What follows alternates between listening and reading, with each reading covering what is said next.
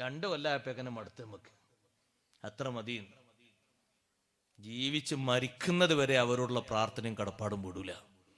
ഇനി പ്രാർത്ഥിക്കാനുള്ള വചനം അല്ലാഹു തആല പറഞ്ഞെന്നില്ല എന്ന് വേണ്ട. റബ്ബിർഹംഹുമാ കമാ റബ്ബയാനി സഗീറ. ഇത്ര സുന്ദരമായിട്ടൊരു പ്രാർത്ഥനാ വചനം അല്ലാഹു തആല ആർക്ക് വേണ്ടിയാണ് പഠിപ്പിച്ചത്? എന്താണ് ആ പ്രാർത്ഥനയുടെ പൊരുൾ നോക്ക് നിങ്ങൾ, എത്ര വിശാലമാണ്. ഞാനത് വിശദീകരിക്കുകയല്ല. അതുകൊണ്ട് ബാപ്പക്ക് ഉമ്മക്ക് ഖിദ്മത്ത് ചെയ്യണം. മരിച്ചതിന് ശേഷവും അവരോടുള്ള ഹക്ക് വീട്ടണം. അല്ലാഹു തആല നമുക്ക് തൗഫീക്ക് നൽകുമാറാകട്ടെ. കണ്ണീര് കുടിപ്പിക്കരുത്, അവരെ വിഷമിപ്പിക്കരുത്. വലിയ സങ്കടങ്ങൾ ഏറ്റുവാങ്ങേണ്ടി വരും. നമുക്കൊക്കെ അറിയാവുന്ന സംഭവമാണല്ലോ. ഇബ്നു ഹജർ റഹ്മത്തുള്ളാഹി അലൈഹി റിപ്പോർട്ട് ചെയ്യുന്നുണ്ട് അൽഖമാ റളിയല്ലാഹുവിന്റെ സംഭവം. ഞാൻ നീട്ടിപ്പരത്തി പറയല്ല, സമയം ഏകദേശം നിർത്താനുള്ള സമയമായിട്ടുണ്ട്. ഇൻഷാ അല്ലാഹ് ഒരു ചെറിയൊരു കാര്യം അതിനോട് ചേർത്തി പറയാനുണ്ട്. അൽഖമാ റളിയല്ലാഹു അൻഹുവിന് ഷഹാദത്ത് കലിമ ചൊല്ലാൻ കിട്ടാത്ത വിഷയം. ബാപ്പയോ ഉമ്മയോ ജീവിച്ചിരിക്കുന്നുണ്ടോ എന്ന് ചോദിച്ചപ്പോ ഉമ്മ വടിയും കുത്തിപ്പിടിച്ച് വന്നു. അങ്ങനെ ഹദീസിലുള്ളത്. വടിയും കുത്തിപ്പിടിച്ച് വന്ന ഉമ്മയോട് നബി സല്ലല്ലാഹു അലൈഹി വസല്ലം തങ്ങൾ സത്യം പറയണം ഉമ്മ, കളവ് പറഞ്ഞാൽ അള്ളാന്റെ വഹി വരും, നിങ്ങൾ പറഞ്ഞത് കളവാണെന്ന് വഹി വരും, സത്യം പറയണം. കൈഫ കാന ഹാലു വലദിക അൽഖമാ, നിങ്ങളെ മകൻ അൽഖമയുടെ അവസ്ഥ എങ്ങനെയായിരുന്നു? ഉമ്മ പറഞ്ഞു, അള്ളാന്റെ റസൂലേ, കാന കസീറസ്വലാ കസീറസ്സിയാം കസീറസ്സദഖാ, കൂടുതൽ നോമ്പ്, കൂടുതൽ നിസ്കാരം, കൂടുതൽ ധർമ്മം ഒക്കെ ഉള്ള ആളായിരുന്നു. പിന്നെന്ത് സംഭവിച്ചു? മകൻ മരിക്കാൻ കിടക്കുന്ന സമയത്ത് നിങ്ങൾ ആ മകനോട് ദേഷ്യത്തിലാണോ അല്ല തൃപ്തിയിലാണോ? ഉമ്മ പറഞ്ഞു, അന സാഖിതത്തുൻ അലൈ, ഞാൻ ആ മകനോട് ദേഷ്യത്തിലാണ്. എന്തു പറ്റി? അല്ലാഹുവിന്റെ റസൂലേ, കാന യുസിറു സൗജതഹു വയുസീനി, ഏത് വാക്കും പരിഗണിക്കുന്നത് സ്വന്തം ഭാര്യയുടേതാണ്. ഞാൻ പറഞ്ഞാലൊന്നും കേൾക്കൂല, എന്നെ അനുസരിക്കൂല. ഈ ഒരു വിഷയത്തിൽ ഞാൻ എൻ്റെ മകനോട് ദേഷ്യത്തിലായിരുന്നു. ഉമ്മമാരെ, സഹോദരങ്ങളെ, ഭാര്യയുടെ വാക്ക് കേട്ടിട്ട്, ഭർത്താവിന്റെ വാക്ക് കേട്ടിട്ട് മാതാപിതാക്കളെ തട്ടിക്കളിക്കല്ല, അവരെ പരിഗണന മാറ്റിക്കളയല്ല. അവരോട് ഉപദേശിക്കേണ്ടത് ഉപദേശിച്ച് നന്നാക്കി, ഉമ്മാനെ പോലെ കണ്ട് ഖിദ്മത്ത് ചെയ്യണം, ബാപ്പാനെ പോലെ കണ്ട് ഖിദ്മത്ത് ചെയ്യണം. നമ്മളെത്ര വലിയ ആൾക്കാരാണെങ്കിലും കുടുങ്ങുന്ന നേരം അപ്പോഴാണ്. നബി സല്ലല്ലാഹു അലൈഹി വസല്ലമ തങ്ങൾ പറഞ്ഞു, അൽഖമയുടെ ഉമ്മാന്റെ ദേഷ്യമാണ് നാവിലൂടെ കലിമ ചൊല്ലാൻ കിട്ടാതെയായി പോകുന്നത് സ്വഹാബ. അതുകൊണ്ട് ബിലാൽ റളിയല്ലാഹു അൻഹു വിളിച്ചിട്ട് വിറക് ശേഖരിക്കാൻ പറഞ്ഞില്ലേ? എന്തിനാ നബിയെ വിറക്? നിങ്ങളെ മകനെ വിറകിലിട്ട് കരിക്കാനാ? തീ കത്തിച്ച് കരിക്കാനോ? അതേ, തീ കത്തിച്ച് കരിക്കാനാണ്. അതിനാണോ ഞാൻ എൻ്റെ മകന് ജന്മം നൽകിയത്? വാത്സല്യബോധമുള്ള ഉമ്മ ചോദിക്കുന്നു, ജീവിതത്തിൽ ഇത്രയും കുത്തുവാക്കുകളെ കൊണ്ട് നോവിച്ച, അനുസരണക്കേട് കാണിച്ചു എന്ന് ഉമ്മ റിപ്പോർട്ട് ചെയ്ത സ്വന്തം മകനെ പറ്റി ചോദിക്കുന്നു. അലിന്നാരി ഹമൽതുഹു 10 മാസം ഞാൻ ചുമന്ന് നടന്നത് തീയിലിട്ട് കരിക്കാനോ? ഞാൻ ജന്മം നൽകിയത് തീയിലിട്ട് കരിക്കാനോ? ഞാൻ പ്രസവിച്ചത് അതിനാണോ? മുലയൂട്ടിയത് അതിനാണോ നബിയേ? അൽഖമയുടെ മാതാവേ, അദാബുല്ലാഹി അശദ്ദു വഅബ്ഖാ, അല്ലാഹുവിന്റെ ശിക്ഷ കഠിനകഠോരമാണ്.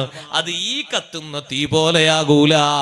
നിങ്ങൾ മനസ്സറിഞ്ഞ് മാപ്പ് കൊടുത്തിട്ടില്ലെങ്കിൽ, തൃപ്തിപ്പെട്ടിട്ടില്ലെങ്കിൽ നിങ്ങളെ മകൻ രക്ഷപ്പെടൂല.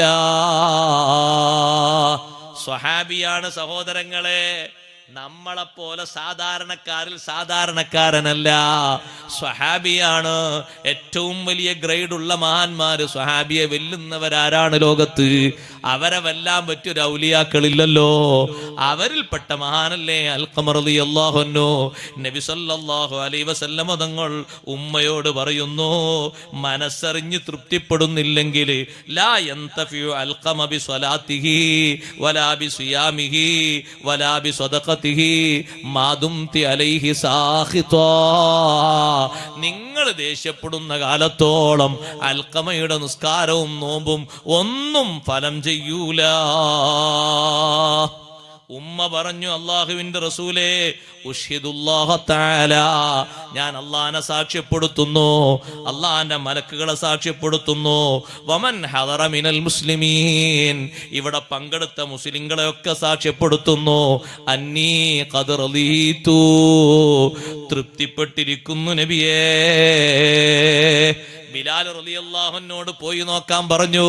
ബിലാൽ റളിയല്ലാഹു അൻഹു വീട്ടിലേക്ക് അങ്ങ് കാലെടുത്ത് വെക്കുമ്പോ ഉള്ളിലേക്ക് എത്തിയിട്ടില്ല. അപ്പോഴൊക്കെ അകത്ത് നിന്ന് കേട്ടു, ലാ ഇലാഹ ഇല്ലല്ലാഹ് ചൊല്ലുന്ന ശബ്ദം പുറത്തേക്ക് കേട്ടു. വന്നിട്ട് പറഞ്ഞു, നബിയേ, ലാ ഇലാഹ ഇല്ലല്ലാഹ് ചൊല്ലിയിട്ടുണ്ട്, ലാ ഇലാഹ ഇല്ലല്ലാഹ് ചൊല്ലിയിട്ടുണ്ട്. നബി സല്ലല്ലാഹു അലൈഹി വസല്ലം നിസ്കാരത്തിന് നേതൃത്വം നൽകി. അതേ, കഫൻ ചെയ്യാനും മറ്റുമൊക്കെ സ്വഹാബത്തിനെ ഏൽപ്പിച്ച് നിസ്കാരം കഴിഞ്ഞ് ജന്നത്തുൽ ബഖീയിലേക്ക് വന്നപ്പോ അവിടെ നിർത്തിയിട്ട് തങ്ങളൊരു ഉപദേശം പറഞ്ഞു. അതുകൂടി പറഞ്ഞ് ഞാൻ എന്റെ വാക്കുകൾ ഉപസംഹരിക്കട്ടെ. യാ മഅ്ശറൽ മുഹാജിരീന വൽ അൻസാർ, മുഹാജിറുകളും അൻസാറുകളുമായ സ്വഹാബി സമൂഹമേ, മൻ ഫല്ലല സൗജതഹു അലാ ഉമ്മിഹി, സ്വന്തം മാതാവിനെക്കാളും സ്വന്തം ഇണക്ക് ആരെങ്കിലും മഹത്വം നൽകിയാൽ, പരിഗണന നൽകിയാൽ, സ്വന്തം ഭാര്യയെ തകർക്കണമെന്നോ ഇകഴ്ത്തണമെന്നോ എന്നല്ല പറഞ്ഞതിന്റെ സ്വഭാവം. സ്വന്തം ഇണയെ പരിഗണിച്ച് ഉമ്മാനെ അവഗണിക്കരുത്. അതാണ് ഈ പറഞ്ഞത്. അതങ്ങനെ മനസ്സിലാക്കണം. ഭാര്യ മോശമാണ് എന്നല്ല, ഭാര്യയെ സ്നേഹിക്കണം, കടപ്പാടുകൾ അവരോടുമുണ്ട്, അതൊക്കെ പാലിക്കണം. പക്ഷേ ഭാര്യയെ പരിഗണിച്ച് ഉമ്മാനെ അവമതിക്കരുത്, അവഗണിക്കരുത്, ഒന്നിനും കൊള്ളാത്തവരായി ചിത്രീകരിക്കരുത്. ഭാര്യയോടൊരു ഉപദേശം ഉമ്മ പറയുമ്പോ നന്മയാണോ, നമ്മളും സപ്പോർട്ട് ചെയ്ത് കൊടുത്ത് ആ ഉപദേശത്തിന് കരുത്തുണ്ടാക്കണം. അങ്ങനെ വേണ്ടത്. നിങ്ങളാരാ എന്റെ ഭാര്യയോട് പറയാനെന്നല്ല, എന്നെക്കാളും ആ ഭാര്യയോട് പറയാൻ അവകാശമുള്ള, അധികാരമുള്ള ആളാണ് എന്റെ ഉമ്മ, എന്റെ ഉപ്പ. അവർ കഴിഞ്ഞിട്ടേ എനിക്ക് അവകാശമുള്ളൂ. അവർക്കാണ് എന്നെക്കാളും വലിയ അവകാശം. ആരോഗ്യം നോക്കിയിട്ടല്ലത്, പവറും പത്രാസും നോക്കിയിട്ടല്ല, ചെലവാര കൊടുക്കുന്ന നോക്കിയിട്ടല്ല. അങ്ങനെ ഒരു പരിഗണനയും കൊടുത്താൽ ഫഅലൈഹി ലഅനത്തുല്ലാഹ് വൽ മലായികത്തി വന്നാസി അജ്മഈൻ. ഖബറും പുറത്ത് വെച്ച് നബി സല്ലല്ലാഹു അലൈഹി വസല്ലം ഉപദേശിക്കാണ്, അറിയണട്ടോ, സ്വന്തം മാതാവിനേക്കാൾ ഭാര്യക്ക് പരിഗണന കൊടുത്ത് ഉമ്മാൻ അവഗണിക്കുന്നവർ അള്ളാന്റെ ശാപമുണ്ട്, മലക്കുകളെ ശാപമുണ്ട്, സർവ്വ സ്വാലിഹീങ്ങളെയും ശാപമുണ്ട്. ലാ യഖ്ബലുല്ലാഹു മിൻഹു സർഫൻ വലാ അദ്ലാ, ഒരു ഫർളും സുന്നത്തും അല്ലാഹുവിൽ നിന്ന് സ്വീകരിക്കൂല. ഇല്ലാ അൻ യതൂബ ഇലല്ലാഹി അസ്സ വജല്ല, അല്ലാഹുവിലേക്ക് തൗബ ചെയ്ത് മടങ്ങിയിട്ട്, വയഹ്സുന ഇലൈഹാ, മാതാവിലേക്ക് ഗുണം ചെയ്തിട്ട്, വയത്ലുബ റിളാഹാ, മാതാവിന്റെ പൊരുത്തം തേടിയാലല്ലാതെ രക്ഷപ്പെടൂല.